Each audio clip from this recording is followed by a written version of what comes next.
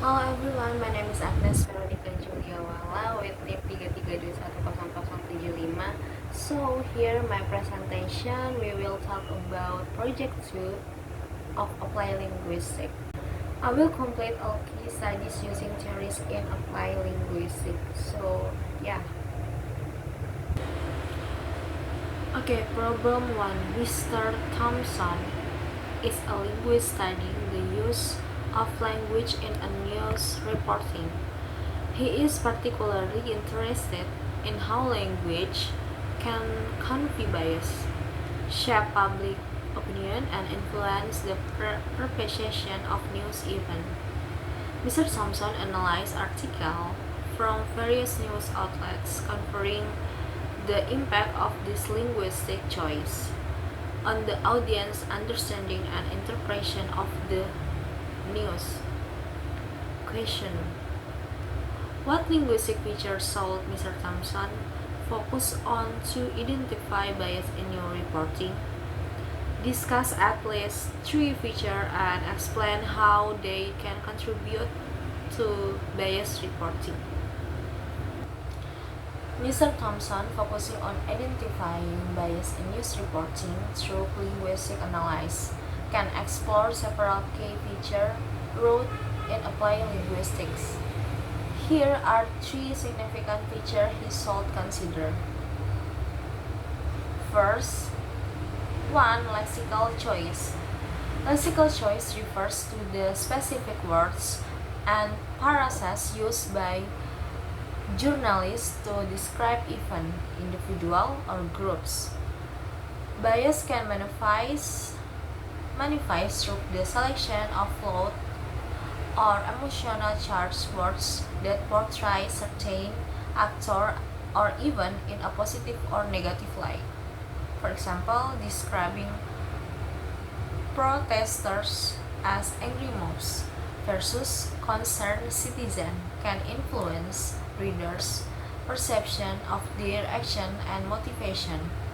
Lexical bias can subtly shape public opinion by framing issues in a particular way that aligns with the news outlet agenda or the journalist's personal belief.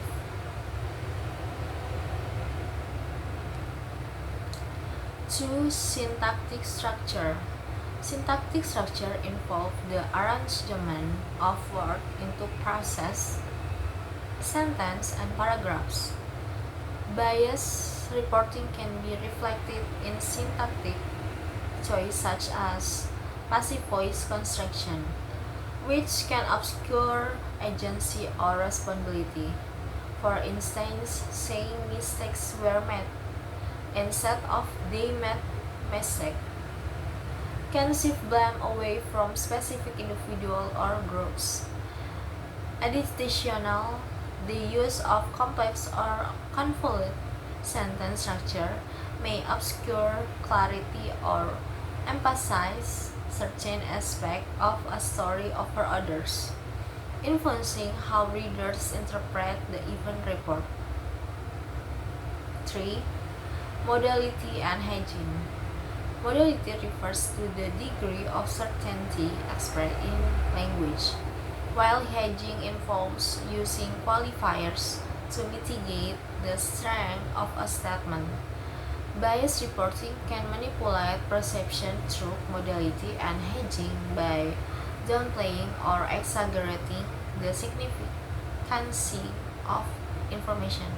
For example, using phrases like "it is believed that" or "allegedly" without providing evidence can cast doubt on factual claims or imply uncertainty where none might exist. Conversely, omitting hedging can present assertion as absolute truth, reinforcing preconceived notion or prejudices. By analyzing the linguistic feature across articles from different news outlets covering the same event, Mr. Thompson can identify patterns that suggest bias. For instance, consistent lexical bias towards certain political figures or groups, frequent use of passive voice to deflect responsibility, or selective hedging in content use topics can indicate a deliberate shaping of public opinion rather than natural reporting of facts. Understanding these linguistic nuances helps Mr. Thompson uncover how language not only conveys information but also influences readers' perception and understanding of news events. So problems 2. Imagine you are a language planner working for the government of a country with a diverse linguistic landscape. The country has several indigenous languages spoken by different ethnic groups, as well as a dominant national language used for official purposes. Your task is to develop a language policy that promotes linguistic diversity while ensuring effective communication and national unity. Question: how can the government promote the use and preservation of indigenous language through education? Answer: promoting the use and preservation of indigenous language through education requires a thoughtful and strategic approach, drawing upon principles from applied linguistics. Here's how the government could develop a language policy to achieve this goal. 1. Bilingual and multilingual education. Implementing bilingual or multilingual education programs is crucial for promoting indigenous language. This approach involves integrating indigenous language into the formal education system alongside the national language.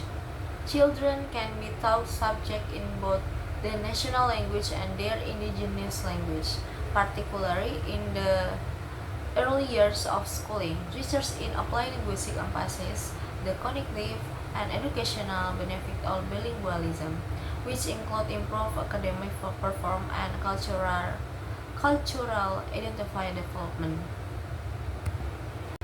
Curriculum development. Develop a curriculum that includes the study of indigenous language as part of the standard educational content. This can include offering indigenous language course as elective vice or even as core subject where feasible. The curriculum should highlight the cultural and historical significance of this language, fostering pride and appreciation among students. Applied linguistic research suggests the incorporating cultural relevant content and change engagement and motivation among learners.